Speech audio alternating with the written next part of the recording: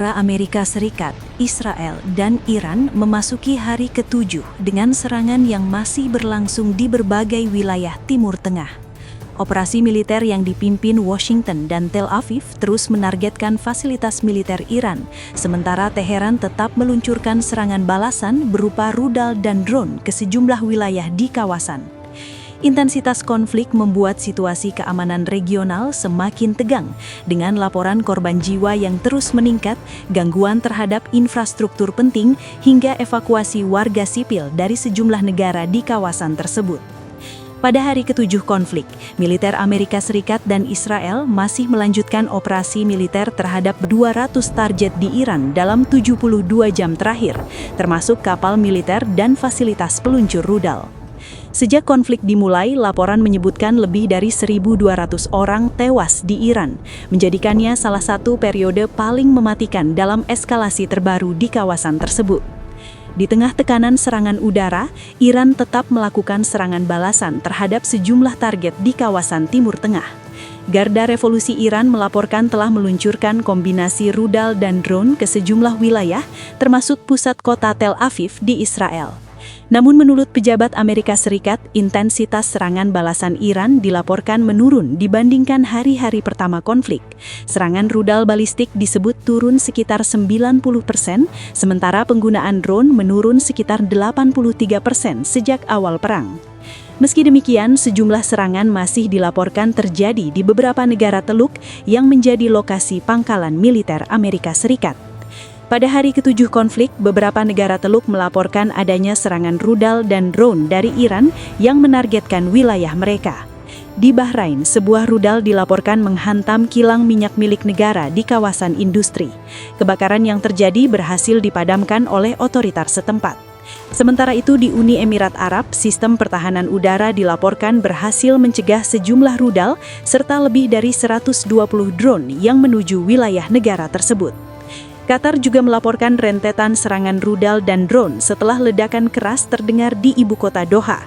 Di Kuwait, Amerika Serikat bahkan menangguhkan sementara operasional kedutaannya setelah sistem pertahanan udara negara tersebut mencegah beberapa proyektil yang mengarah ke wilayah tersebut.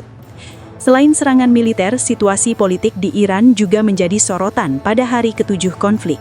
Pertanyaan mengenai kepemimpinan Iran muncul setelah tewasnya pemimpin tertinggi Iran, Ayatollah Ali Khamenei, dalam serangan di Teheran pada awal konflik. Sejumlah laporan menyebut kemungkinan Mojtaba Khamenei, putra Khamenei, menjadi penerus kepemimpinan. Namun Presiden Amerika Serikat Donald Trump menyatakan bahwa opsi tersebut tidak dapat diterima oleh Washington. Ketegangan yang terus meningkat juga mendorong ribuan warga asing meninggalkan Timur Tengah. Departemen Luar Negeri Amerika Serikat melaporkan sekitar 20.000 warga Amerika telah meninggalkan kawasan sejak konflik dimulai. Sebagian besar dari mereka pergi secara mandiri, sementara pemerintah Amerika Serikat menyiapkan penerbangan charter untuk membantu evakuasi tambahan. Upaya evakuasi juga menghadapi kendala keamanan. Sebuah penerbangan evakuasi yang disewa pemerintah Prancis untuk mengevakuasi warga mereka dari Uni Emirat Arab dilaporkan terpaksa berbalik arah setelah muncul ancaman serangan rudal di wilayah tersebut. Perang yang berlangsung selama 7 hari ini juga mulai menimbulkan dampak global. Di Amerika Serikat, pasar keuangan sempat terguncang setelah harga minyak melonjak akibat konflik. Indeks Dow Jones dilaporkan turun lebih dari 1.000 poin pada awal pekan ketika kekhawatiran mengenai stabilitas energi global meningkat. Sementara itu di Eropa, beberapa negara memperkuat posisi militer defensif di kawasan Mediterania Timur, sementara negara lain mendorong solusi diplomatik untuk mencegah konflik semakin meluas.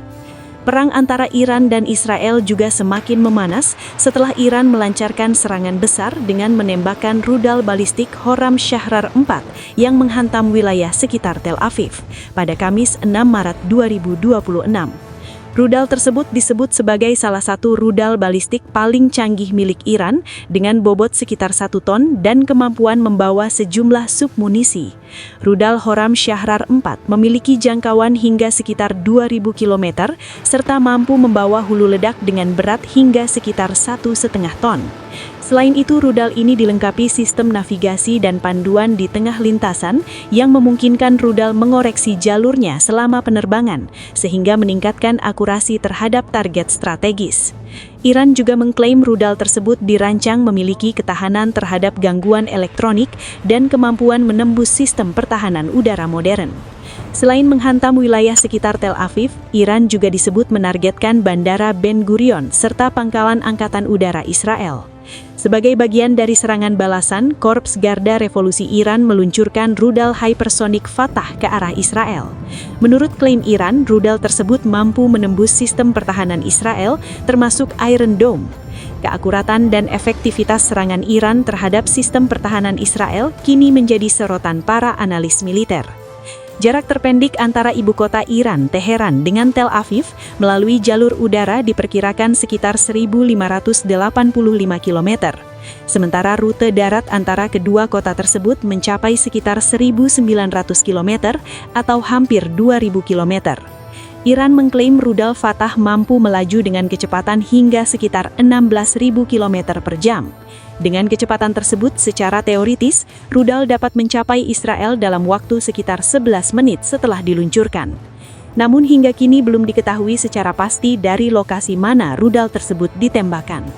Sebagai perbandingan, jarak sekitar 2.000 km kurang lebih setara dengan jarak antara Aceh dan Jakarta. Jika rudal dengan kecepatan tersebut ditembakkan dari Aceh, maka dalam waktu sekitar 11 menit, rudal tersebut secara teoritis dapat mencapai Jakarta. Hingga hari ke-7 konflik belum ada tanda-tanda eskalasi akan mereda.